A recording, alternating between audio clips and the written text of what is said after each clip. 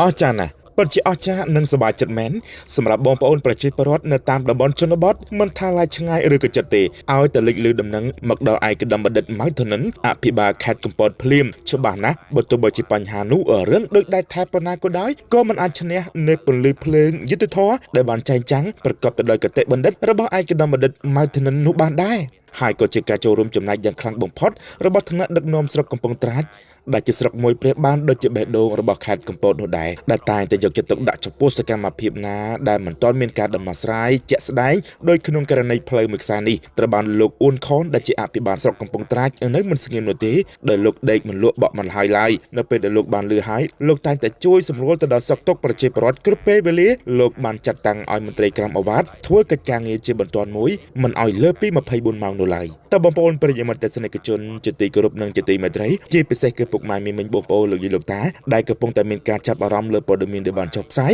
កាលពីថ្ងៃទី23ខែមេសាឆ្នាំ2026កន្លងទៅនេះស្ដីអំពីប្រជាពលរដ្ឋនៅភូមិព្រៃគ្រឹះឃុំព្រៃគ្រឹះស្រុកកំពង់ត្រាចខេត្តកំពតដែលបានទទូចការស្នើសុំទៅដល់ឯកឧត្តមអភិបាលខេត្តនិងថ្នាក់ដឹកនាំស្រុកសូមជួយសាងសង់ផ្លូវមួយខ្សែឲ្យពួកគាត់ផងពីព្រោះថារដូវភ្លៀងជិតចូលមកដល់ហើយដើម្បីជាការឆ្លើយតបជូនទៅដល់ឯកឧត្តមបណ្ឌិតម៉ៅធនិនដែលជាអភិបាលខេត្តកំពតលោកបានជ្រាបអំពីសកម្មភាពនេះផ្ទាល់រដ្ឋបាលស្រុកកំពង់ត្រាចសូមរាយការណ៍ព័ត៌មានជូនទៅកាន់ឯកឧត្តមឲ្យបានជ្រាបទៅដំណឹងនៅថ្ងៃទី25ខែមេសាឆ្នាំ2026នេះថាសូមអនុញ្ញាតធ្វើការរាយការណ៍ជូនទៅកាន់ឯកឧត្តមបណ្ឌិតម៉ៅធនិនដែលជាអភិបាលនៃគណៈអភិបាលខេត្តជាទីគោរពដ៏ខ្ពង់ខ្ពស់នៅព្រឹកថ្ងៃទី24ខែមេសាឆ្នាំ2026ដែលទទួលបានអនុសាសន៍ដ៏ខ្ពង់ខ្ពស់របស់ឯកឧត្តមបណ្ឌិតប្រធានខ្ញុំបាទបានចាត់តាំងលោកសៅទីនដែលជានាយករងរដ្ឋបាលស្រុករួមជាមួយទៅនឹងលោកមេឃុំក្រុងប្រសាឃុំនៃប៉ុរដ្ឋបាលលោកមេភូមិចុះទៅសម្របសម្រួលជាមួយទៅនឹងបងប្អូនប្រជាពលរដ្ឋចំនួន23គ្រួសារពាក់ព័ន្ធទៅនឹងការចុះផ្សាយព័ត៌មានពាក់ព័ន្ធទៅនឹងការចុះផ្សាយរបស់សារព័ត៌មានលើបញ្ហាប្រឈមនៃការស្នើសុំជួសជុលផ្លូវនិងរៀបចំប្រព័ន្ធខ្សែភ្លើងធ្លាក់រប៉ាត់រប៉ាយស្ថិតនៅក្នុងភូមិព្រៃគ្រឹះឃុំព្រៃគ្រឹះចលនាផលបានសម្រេចបានទី1បញ្ហាផ្លូវមាននៅក្នុងគម្រោងអភិវឌ្ឍឃុំប្រវែង300ម៉ែត្រដែលជំរុញឲ្យក្រុមហ៊ុនចូលអនុវត្តក្នុងសប្តាហ៍ក្រោយនេះទី2បញ្ហាខ្សែភ្លើងខាងក្រុមហ៊ុនអគ្គិសនីបានចុះមករៀបចំភ្លាមដោយបានដោះស្រាយរួចទៅហើយបងប្អូនប្រជាពលរដ្ឋក៏បានអបអរសាទរទៅលើចំណាត់ការរបស់ក្រុមការងារដែលបានខិតខំយកចិត្តទុកដាក់យ៉ាងឆាប់រហ័សសេចក្តីដែលបានជម្រាបជូនខាងលើនេះសូមឯកឧត្តមបណ្ឌិតអភិបាលខេត្តសូមមេត្តាជ្រាបដោយសេចក្តីគោរពដ៏ខ្ពង់ខ្ពស់បំផុតសូមគោរពអរគុណ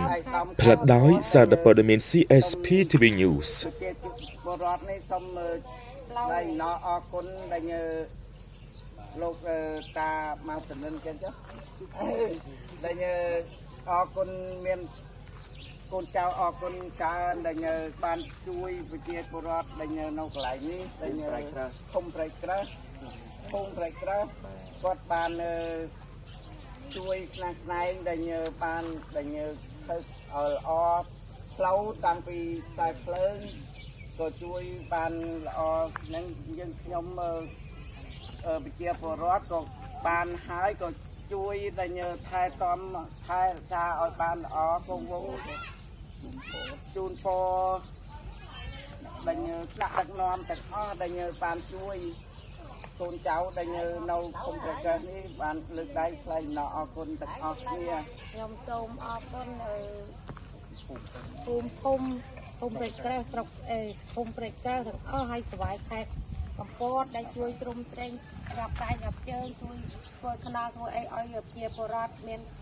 សូមបានដូចបំណងក៏ធ្វើឲ្យយើងចឹងគុណប្រជាពលរដ្ឋក៏អរគុណដែរសូមអរគុណជាប្រព័ន្ធភ្លើងជាប្រព័ន្ធភ្លើងឲ្យរៀបចំឲ្យស្អាតបាតកុំឲ្យយើងមានហានិភ័យដល់កូនចៅជាពលរដ្ឋទៀតខ្ញុំក៏ថ្លែងអំណរគុណដល់ភូមិទាំងអស់ចាមានដីសុខភាពល្អជាពិសេសលោកសវាយខេត្តកំពតឲ្យមានសុខភាពល្អជូនពរអរគុណច្រើនឲ្យមានសុខភាពល្អអរគុណកូនចៅអរគុណណាខ្ញុំអរគុណអ៊ុំហើយខ្ញុំដឹងហៅមិនហ៎ខ្ញុំថាខ្ញុំសុំភ្លើងហើយសុំខ្នល់ឲ្យបានខ្ញុំមិនដឹងហៅមិនអរគុណច្រើនណាអ៊ុំអ្នកធ្វើការទាំងអស់គ្នាចាខ្ញុំបានសុំបានដូចចិត្តហើយថាឆក់តែភ្លើងតែអីហ្នឹងបានធ្វើដូចចា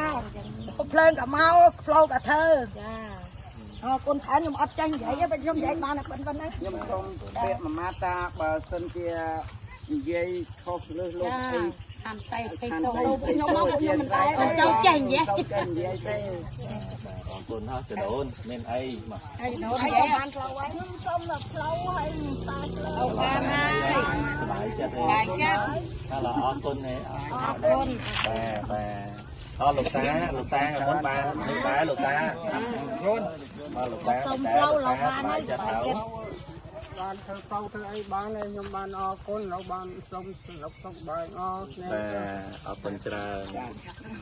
បន្ទាប់ពីពុកម៉ែបងប្អូនប្រជាពលរដ្ឋនៅក្នុងភូមិប្រៃក្រាស់ឃុំប្រៃក្រាស់ស្រុកកំពង់ត្រាយដែលលោកធ្លាប់បានទទូចជាមួយអ្នកសារព័ត៌មានស្នំពរឲ្យចោះរៀបចំបណ្ដាញប្រព័ន្ធភ្លើងក៏ដូចជាការជួសជុលកែលម្អផ្លូវសាធារណៈចូលតំបន់ភូមិប្រៃក្រាស់ឃុំប្រៃក្រាស់ថ្មីមកនេះត្រូវបានថ្នាក់ដឹកនាំមានអាដាមបណ្ឌិតអភិបាលខេត្តកំពតក៏ដូចជាលោកអភិបាលស្រុកកំពង់ត្រាយហើយជាមួយនឹងក្រុមការងារអាជ្ញាធរភូមិឃុំស្រុកមន្ត្រីជំនាញបានខិតខំដោះស្រាយជូនទៀតសោកនៅក្នុងថ្ងៃទី25ខែមេសាឆ្នាំ2026នេះបាទខាងអគ្គិសនីគឺបានមកតបណ្ដាញរៀបចំប្រព័ន្ធខ្សែភ្លើងនេះឲ្យមានជាលក្ខណៈស្តង់ដារបច្ចេកទេសបង្ការបាននៅការ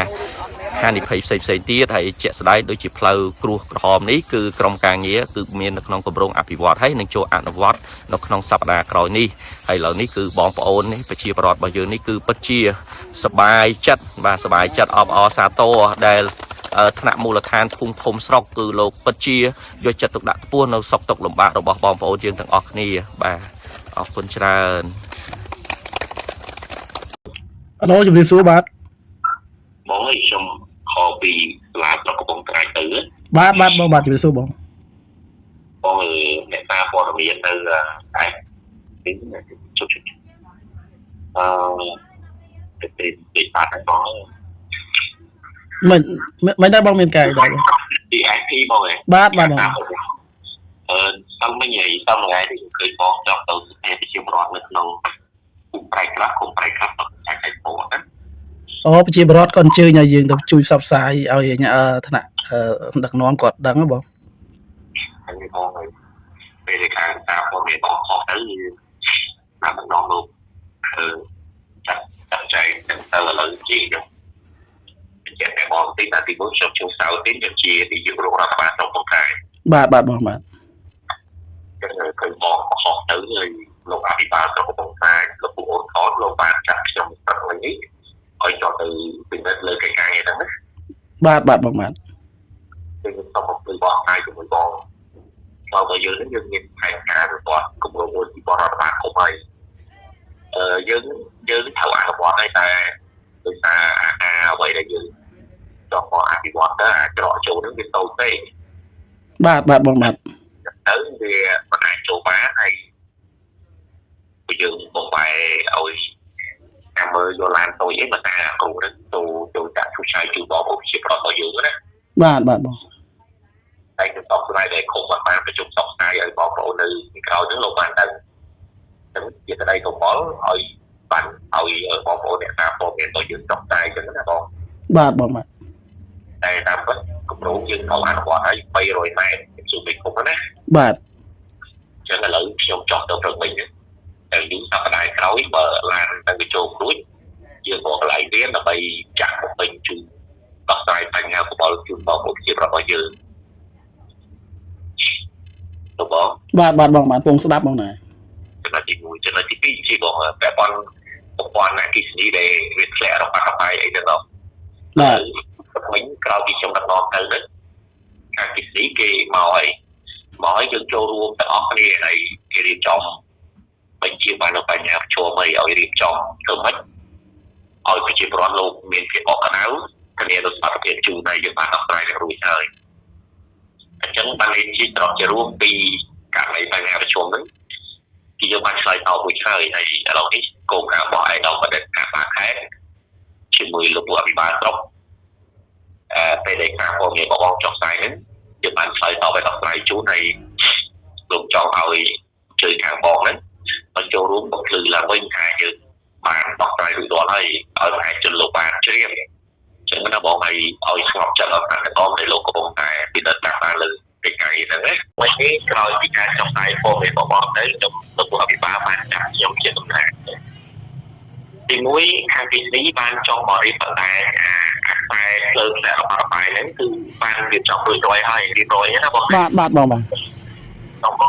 តែលុយកបាខ្លួនឯងខ្ញុំនេះខ្ញុំឲ្យបងប្អូនហ្នឹងថាតើជួយធ្វើគ្នាទៅពេញលុយកបាខ្លួនឯងទៅវាកើតទេប៉ុន្តែជាទឹកចិត្តហើយជាការយល់ឃើញរបស់ខ្ញុំអត់ចង់ឲ្យលោកអានអត់ចង់ឲ្យវិជាបរិបទបែបតែរបស់ខ្ញុំឯងគាត់ទៅលើព័ត៌មានហ្នឹង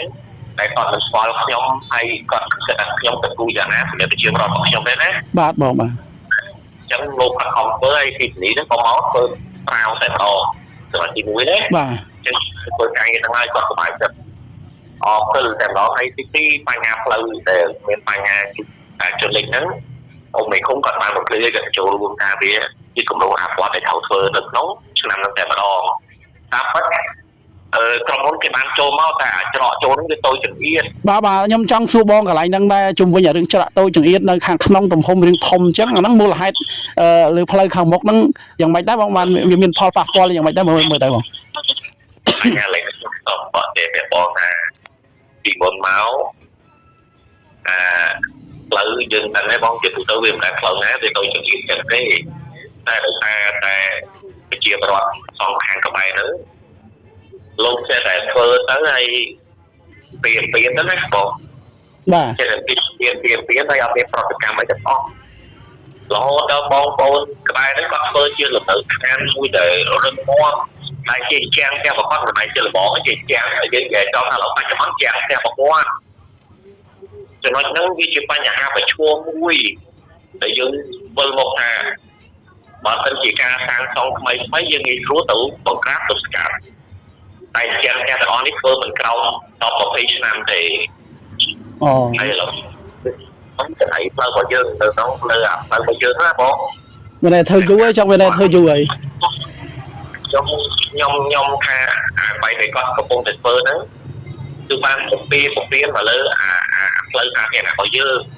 តែការពពានេះមិនទៅថ្មីទេបើយើងទៅលេខទៅមើលជាក់ស្ដែងវាមានរយៈពេលយូរមកហើយមិនចឹងរដ្ឋបាលស្រុកគិតយ៉ាងម៉េចទេបងអញ្ចឹងដែរយើងតបផ្នែកសម្រាប់មូលដ្ឋានភូមិឃុំដែលលោកអត់មានចំណាត់ការមកអញ្ចឹងណាធ្វើឲ្យបដិបដោយទៅឲ្យបងប្អូនអង្គការលោកពីគ្រួសារទេលោកធ្វើមកអញ្ចឹងហើយវាធ្វើឲ្យអាផ្លូវរបស់យើងវារួមតូចចង្អៀតពីទូទៅផ្លូវយើងមិនដែលមកទៅមុខប៉ុណ្្នឹងទេបាទដល់ការគាត់អាមុនអានទៅដល់ហ្នឹងគាត់ចូលទៅចាក់រូតចាក់មានកើតណាស់ដល់តូចពេកទៅអាឡានធំមកអញ្ចឹងយើងត្រូវដោះស្រាយជាមួយឃុំក្រុមហ៊ុនបានធ្វើថាឲ្យខ្ញុំនឹងជួយតាំងអាឡានណាតូចរហូតតែអាចចូលទៅរួចហ្នឹងជួយយកខ្លួនហ្នឹងដើម្បីទៅចាក់ជួយឆាយទៅពេញអាផ្លូវប្រហែល300ម៉ែត្រហ្នឹងបាទហើយឃុំលោកក៏កំពុងគិតគូរដែរប៉ុន្តែថាវាពាក់ព័ន្ធជាមួយអាចូលឆ្នាំចូលអីទៅវាហាក់ផ្ទះឡើងនឹងតិចអញ្ចឹងបានបងប្អូនលោកវាមានចិត្តមួយអត់ទូគឺបរោអីចឹងទៅបានបងប្អូនលោកហៅខាងតែថាបងទៅតែចឹងខ្លាចតែលោកវាទៅធ្វើឲ្យណាហ្នឹងឥឡូវគម្រោងគេនឹងចាប់ផ្ដើមអនុវត្តនៅពេលណាបងមើលតាមរដ្ឋបាលស្រុកគាត់អានតែទៅចង់ទៅហ្នឹងឥឡូវហ្នឹងខ្ញុំប្រកបឲ្យសប្តាហ៍ក្រោយហ្នឹងធ្វើហើយចាញ់ហ្នឹងព្រោះយើងបានដេញខ្លាយក្រុមហ៊ុនអីទៅមកសិក្សាឲ្យតែបងបាទឥឡូវខ្ញុំជំរុញឲ្យខ្ញុំតែខាងហ្នឹងក៏មាន3ទីតាំងបាទ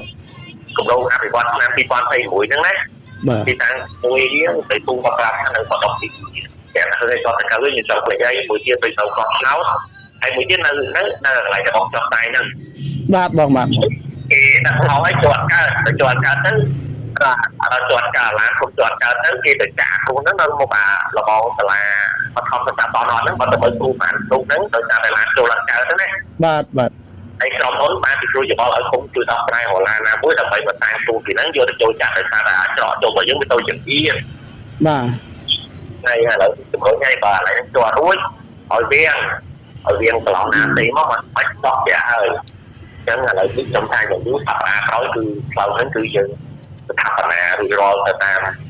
បញ្ហាប្រឈមដែលបងប្អូនប្រកបហើយអញ្ចឹងបានពីទៅយើងបានឆ្លើយតបជាបានដោះស្រាយជូនឲ្យបងប្អូនអបអរសាទរណាស់តែសូមចាត់បងមួយទៀតថាយើងមិនបានឆ្លើយតបពេញទៅលើអាកំហុសផ្លូវរក្សាទុកបងចូលតាមផ្លូវនោះបងឃើញហើយ